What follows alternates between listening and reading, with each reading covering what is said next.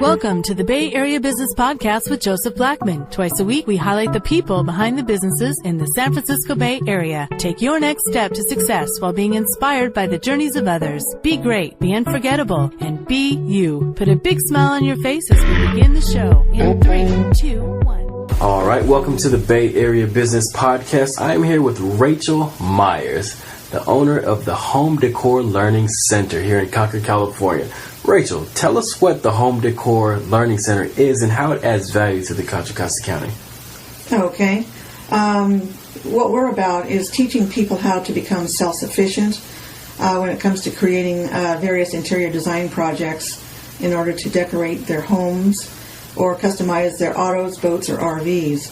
We also want to prepare those students who wish to prepare a career in the industry.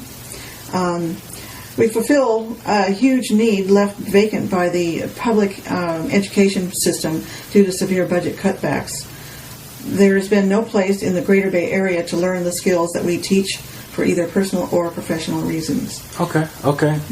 Nice. So do you attract people with interior designing degrees or people who might have not took the degree and just wanted to learn about the industry? It's primarily people, the average everyday person. Okay. You know, a lot of the things that we teach are upholstery, and that was a big thing within the adult ed program. But our main target market basically is most of the time it ends up being a retired or semi-retired person. And okay. It could be male or female. Mm-hmm. You know, most of the people that here are female. That's just mainly because they seem to have a little bit more time on their hands. Some of them are retired, or some of them are housewives that actually are lucky enough not to have to work, or people that work at home and have a flexible schedule. Okay, so I see you have some square footage here. Tell us what goes on at this center here. Well, this center, we have a 4,000 square foot warehouse facility.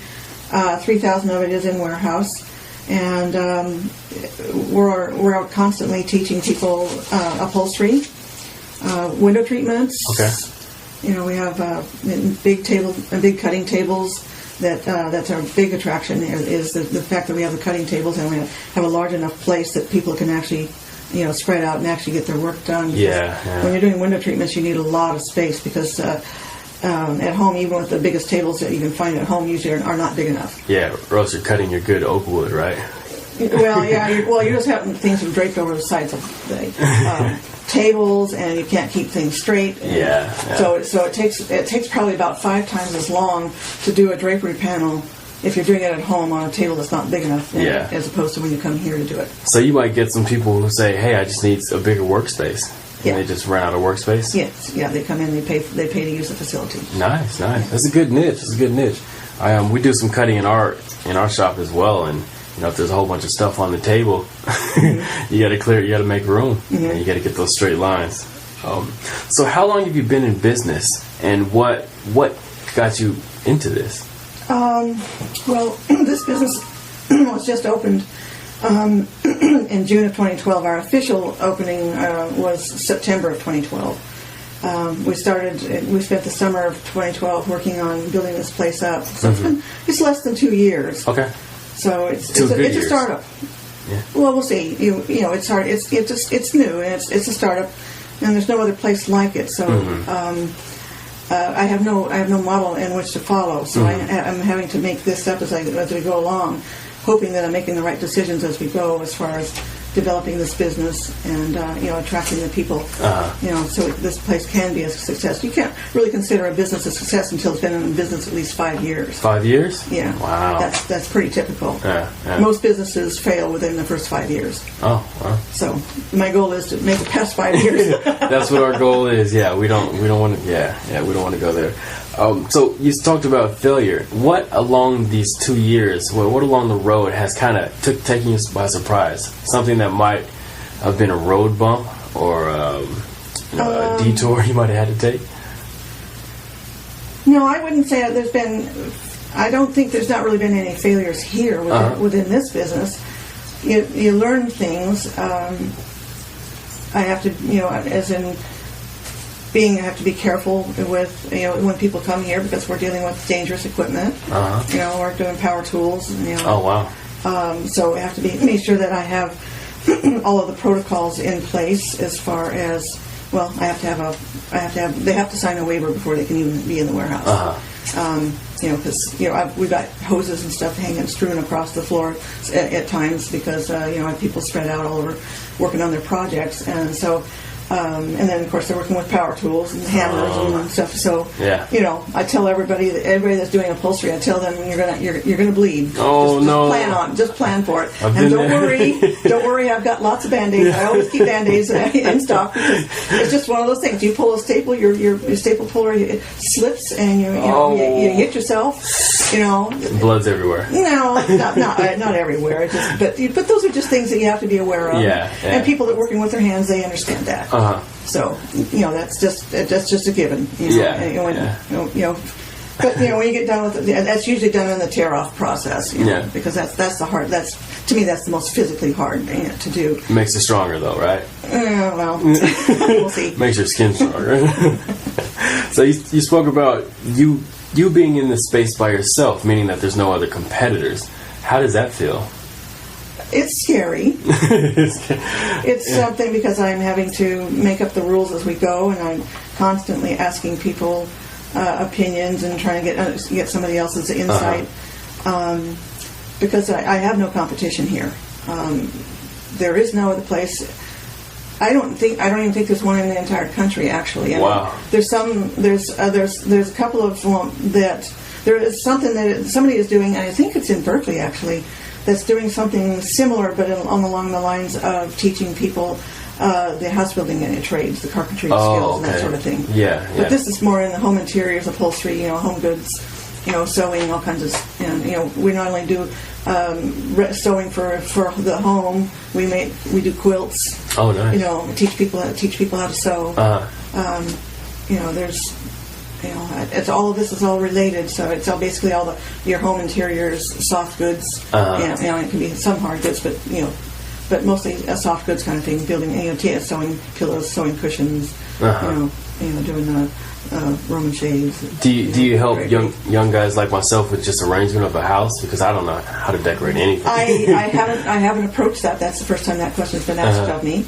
I did actually run across somebody just this week, as a matter of fact, that kind of alluded to something along those lines too. So I won't personally teach it myself. I'm looking to find an interior designer that's willing to teach those skills. Oh, okay. So I'm in the process of doing that. Nice. I'm trying to develop a curriculum on home interior theory.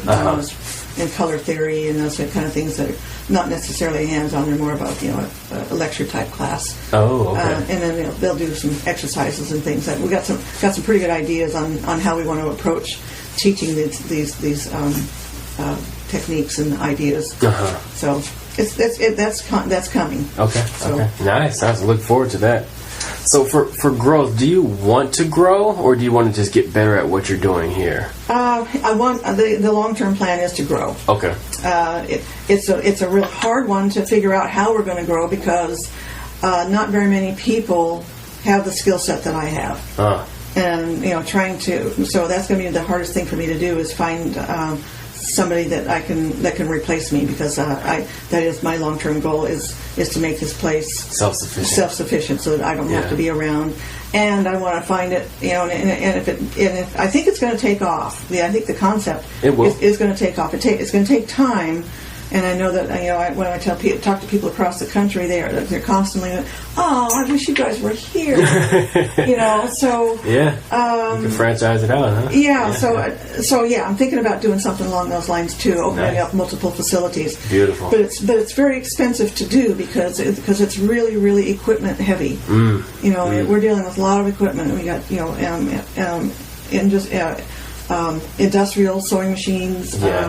Very large cutting tables, and I have a long arm quilting machine. Oh wow! Those are kind of expensive. Then you have the square footage.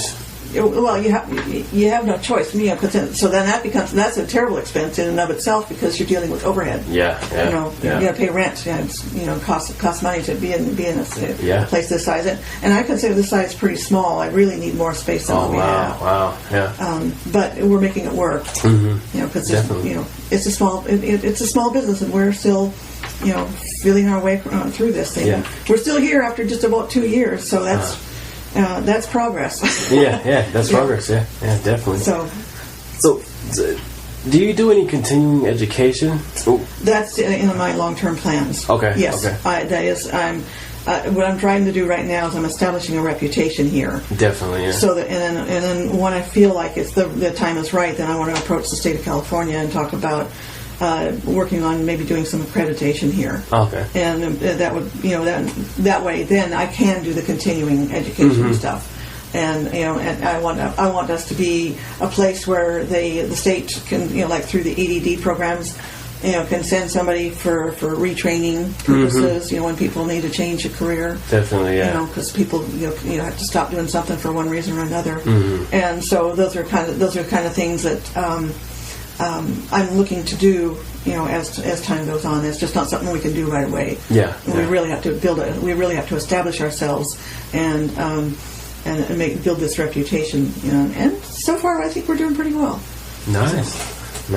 Well, I'll be happy to hear when people are coming knocking on your door to be certified. Yes. Yeah.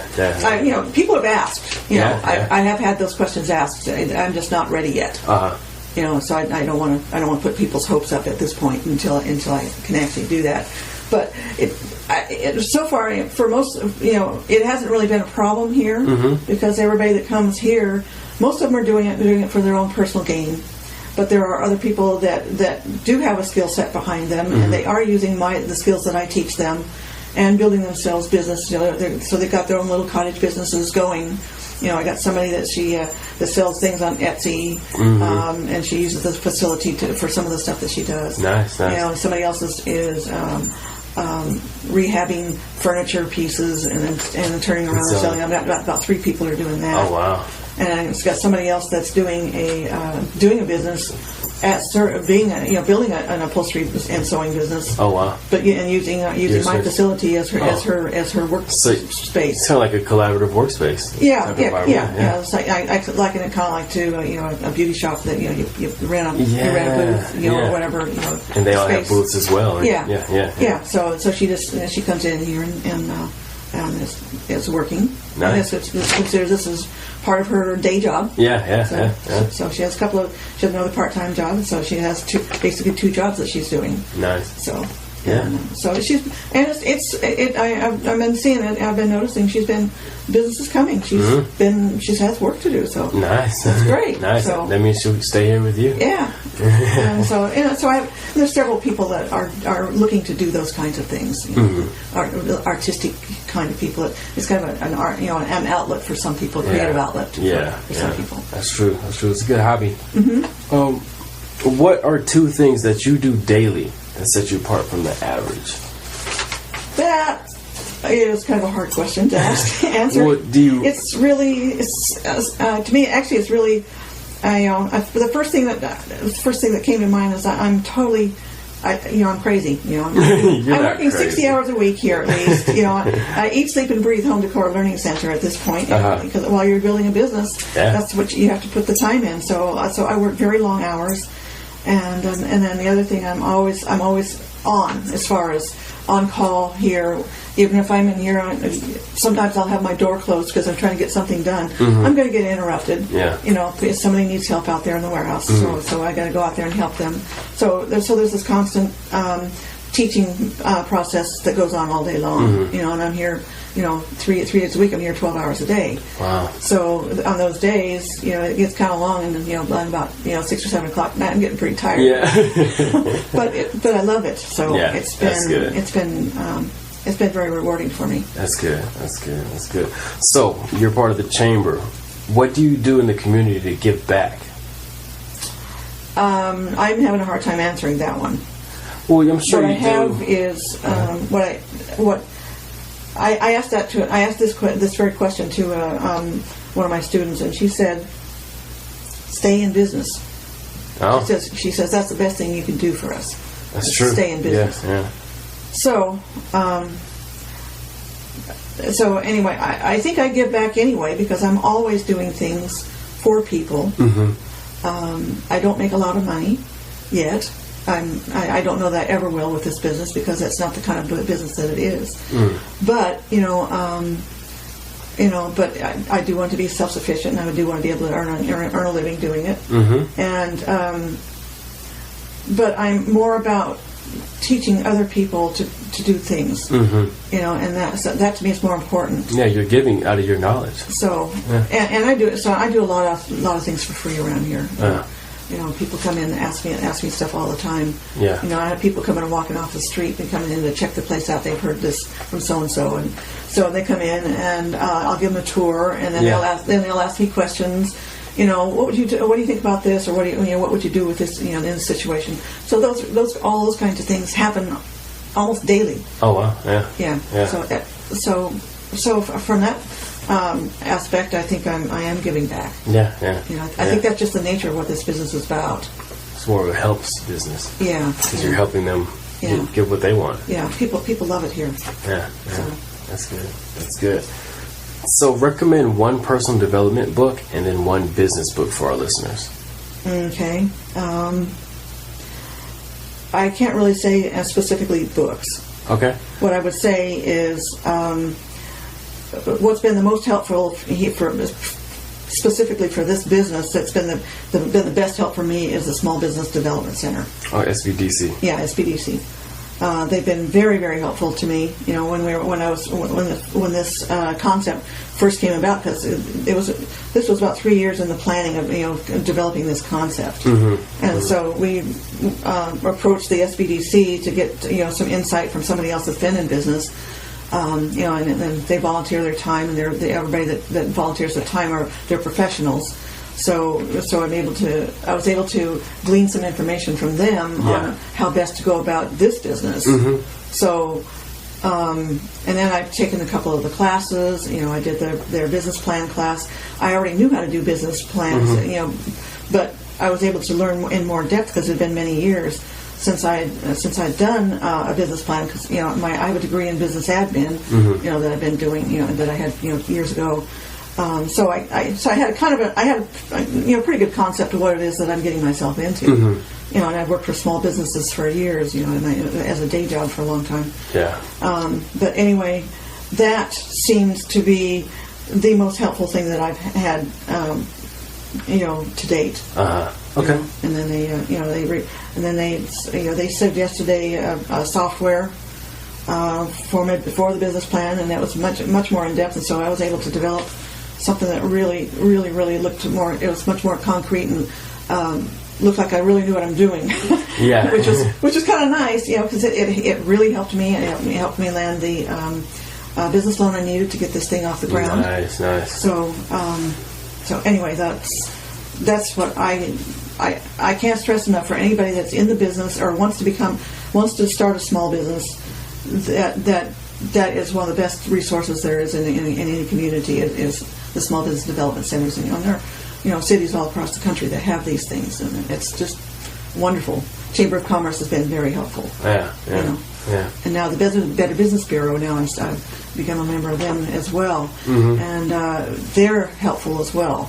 So I'm finding that I never realized before, even though my husband and I had a business in Sacramento for years. I didn't realize how much the community, the community or the civic, leaders and stuff, and the system within a city is helpful, because I didn't do any of that stuff when we were in Sacramento. Yeah. So, but here, when I went to apply for the business license, and so I started meeting people, and it just started branching out from there. Yeah. So. They've been great. So nice. I have nothing to complain about. They've been really good to me. So check out the SBDC if you're a small business and you're getting started. Yeah. Nice. So where can we find more about you? And do you blog? Or you have Facebook, LinkedIn, Twitter, website?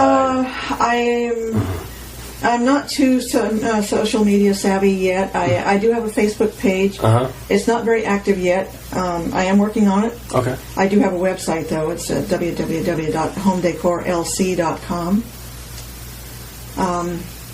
And on that is we have our class listings, and we have bios on the teachers every year, and so it's just some informational things that are on the website. But anybody that wants to find out more about it too, if they hear about it, by all means come by and come on down. Give you a tour. Yeah. That's as far as Facebook, I haven't started a Twitter one. I am going to build a Pinterest page. Pinterest, that's huge for your industry. For what we do, yes. Yeah. I'm going to start building it. I've got it started, but I haven't done anything yet because I'm still learning the ropes there. I haven't even delved into Pinterest yet. At 60 to 80 hours a week, working through it here, it's really, really hard for me to fit that time in. I'm there right now. So I just don't have as much time as would be nice. It would be nice if I had 36-hour days so I could spend more time on the computer. But I just don't have that amount of time. So that part's coming a little bit slower than I had hoped. We'll get you there. My thing is that I don't want to do all the social networks if I'm not going to be great at it. I mean, I don't have a Twitter for my business because I don't think I'll be good at tweeting 3, 4, 5, 6 times a day. And nobody cares about what I ate for lunch, Yeah, me either. I just don't have the time for it. I think that Facebook is still going to be an okay thing to do, but for sure, in my business, it's got to be Pinterest. I have to do that. You get all the women who go online and search for cool neat art tricks. Ideas. Like crazy. And I get, like I said, we've started it, and I'm getting emails and about the different picks they've done this week and whatever. So it really gets you to thinking. So this is cool, and then you start copying and pinning things. So So anyway, that's coming too. Nice. I have a long to-do list. All right, so the last question here. If you had a friend coming to town and they were starving, where would you take them to get a bite to eat that best represents the Bay Area? Okay. That's an interesting question. This state and this area as well is so ethnically diverse. It's really, really hard to pick a place. For me, it probably would be Mexican food first. I was trying to think of whether or not we should do stay within the Concord, since I'm in Concord. Well, let's go with Concord. So if I were to do Concord, I would have to say the Guadalajara Grill would be a great place to go. We go there frequently, my husband and I. Anyway, they have really great Mexican food. So really good. It's good stuff. And really great margaritas. Oh, Rachel. Another place that's really nice, though, that I've been to, here's downtown here in Concord. It's called Mimos, M-E-M-O-S. Mimos, okay. Yeah, it's a little Mexican food restaurant too, but good food. It's very good food. It's a little different than what you would normally expect because I think it's supposed to be more authentic. And I think it's a father-daughter kind of a thing, and it's a family-run thing. I know, and it's a really small place. But it's really popular. Every time whenever I've been there, it's been totally crowded. Packed up. Wow. Packed. Wow. I gotta try it out. Yeah, it's kind of nice. But it's little, and it's just on a little side street in the downtown area. Nice. Well, Lenny, I always ask for what advice would you give to a young girl in high school or college, and she wants to be in your position. In my position, get your education. Education. Go through. You need all the business education behind you in order to pursue something like this. Very important that you understand that part of putting a business together. Unless, of course, you have enough funds that you can hire somebody to do that for you. When you don't, which is a situation like I'm in, I fortunately have the knowledge because I've had so much past experience with dealing, whether I was working for small firms, and running offices and doing all the accounting and or plus having gone through all of the discipline of going through and getting a degree in business. Those kinds of things are all become very important. Yeah. And so as far as I'm not 100% sure what is you're asking as far as my position do you mean as far as my skill set or the business part of it? More so because owning their own business in this niche. Okay. I spent a lifetime learning how to do what I do. Okay. Yeah.